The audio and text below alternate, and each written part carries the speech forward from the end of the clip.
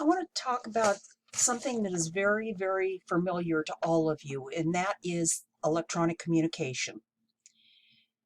Today's society and most of your workplaces are electronically connected, and your boss, the owner of the company, pays a lot for it. And in the classrooms, the schools pay a lot for it. And you need to find a balance to where you're showing respect for the equipment. So, what types, what is there in the way of electronic communication? Well, there's voicemail, email, texting, video conferencing, just like we're doing now with a video lecture. Um, some companies have custom programs for electronic communication. The internet, YouTube, Skype, you can just go on and on with all different kinds.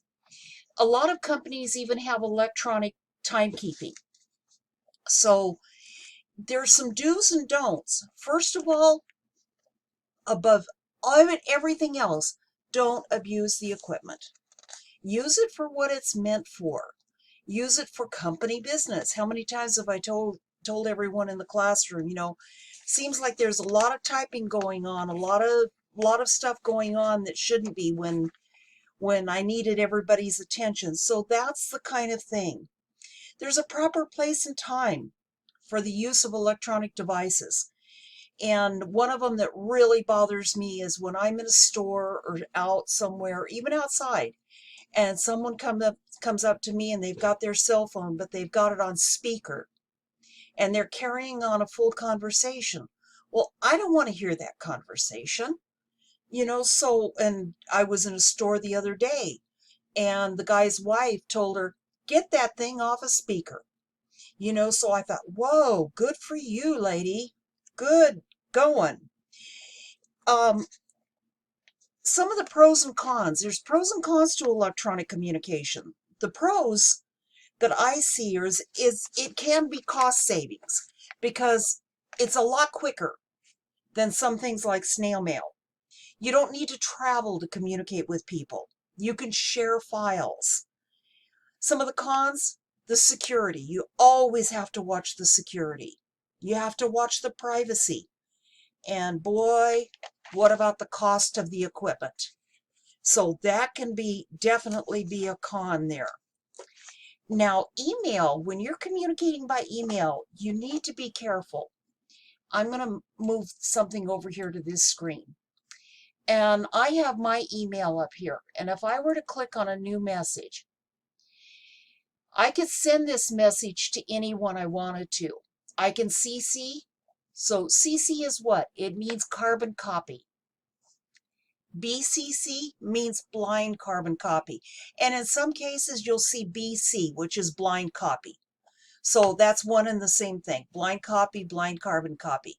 The BCC, what the purpose of that is the person that you send it to.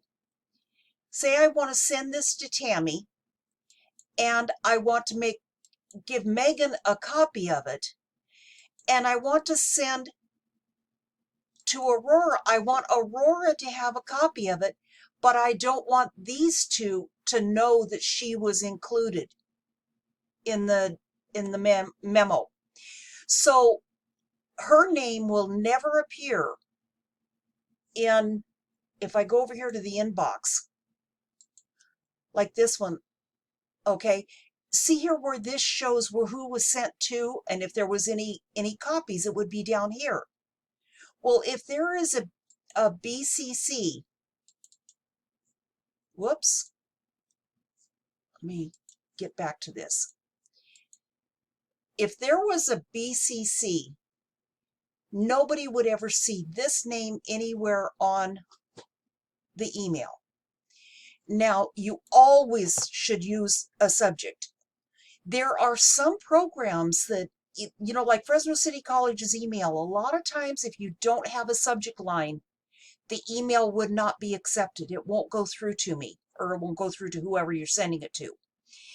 That's a lot of times a blank subject line is a sign of phishing or junk email. Now, what about if I were to do this?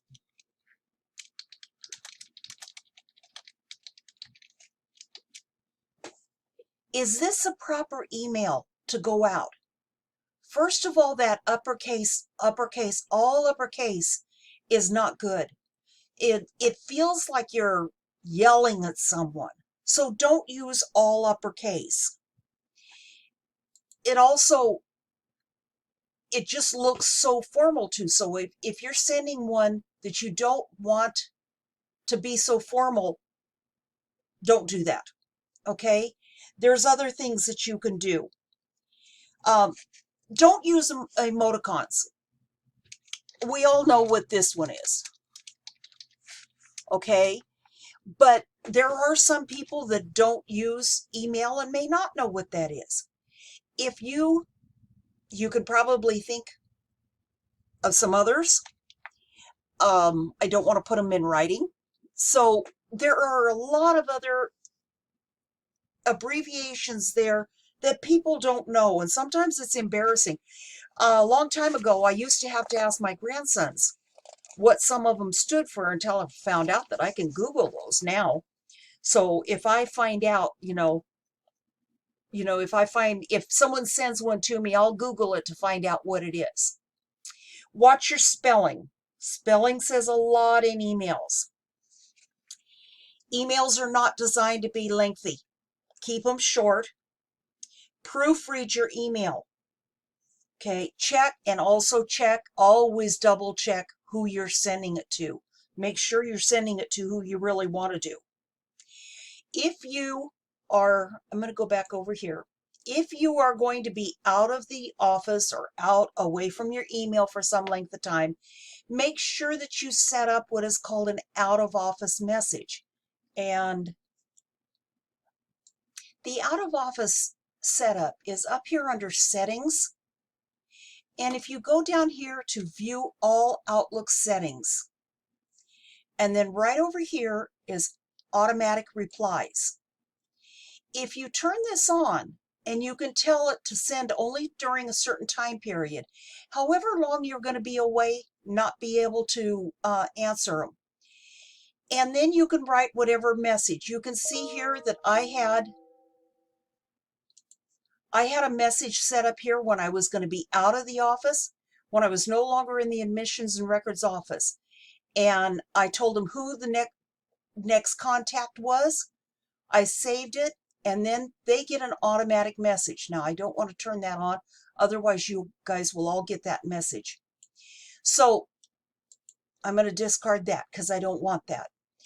But so there's different things you can do to make your electronic communications through email much better. Now, you've got mobile devices, and what is a mobile device? It's like your telephone, your tablet, any of those. Make sure when you use those and how you use those, what you save on them, okay? Turn them off or silence them when you go into a meeting.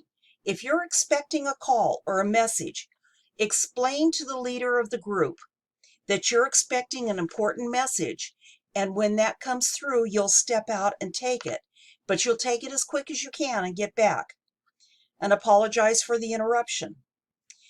So make sure that you answer your phones properly, professionally, if it's a professional phone. Good morning, good afternoon. Answer them right away. Don't let it go 4 or 5 rings. Some people will hang up.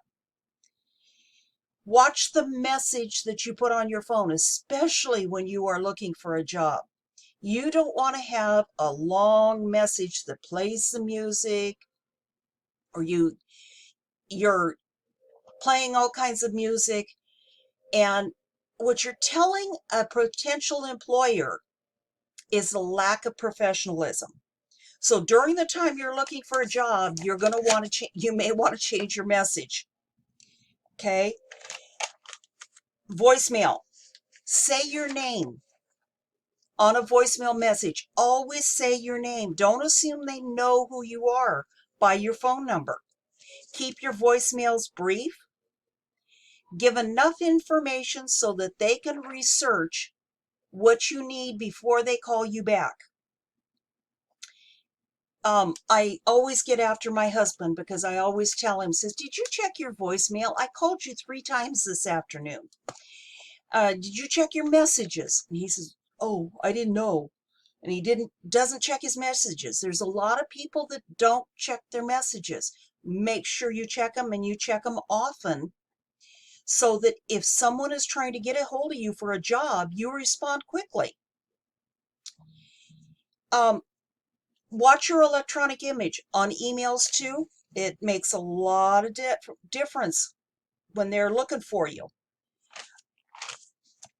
When you are doing video or teleconferencing, like we will probably do on Zoom, make sure that you see a whole lot of stuff in my background. I'm doing this in my craft room. Make sure that you have a clean background. I'm not a good example of that right at this moment. The background, not only the background that they can see, but background noises. I warned you that in my messages, sometimes you may hear my dog bark. I have a barking dog. I apologize. I've done everything that I can. He's just a barker. So I have to be very careful about that. Sometimes restart videos because he's just going to town barking. Often you cannot see everybody that is on a teleconference. So be aware that somebody might be watching that you didn't think was watching. Okay. So you have to, one last thing is be careful when you're using your cell phone at work. I have written people up for overuse of cell phone on the job. It's very difficult. How can you use your cell phone and do your work too? Because that's a private call if it's on your cell phone. There is such a thing, and your book talks about it a little bit, as technological addiction. Are you addicted? I know I probably am.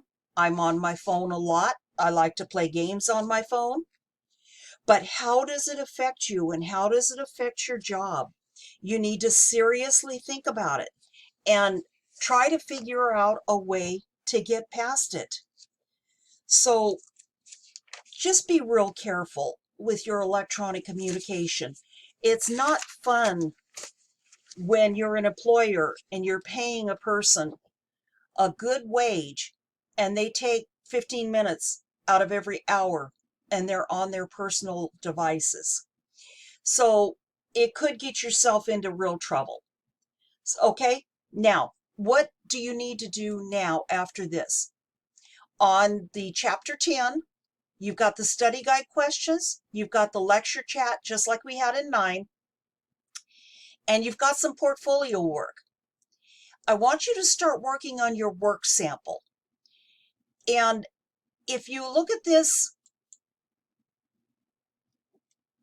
form with the instructions, what your work sample is, I'm going to move this over here. Okay. Your work sample, and please feel free to use this format. If you want to put a picture, use this. Put your header up here. It's already got your borders. If you need to know how to do borders around a picture or something, you can do that. Let me know. I'll be very glad to help you.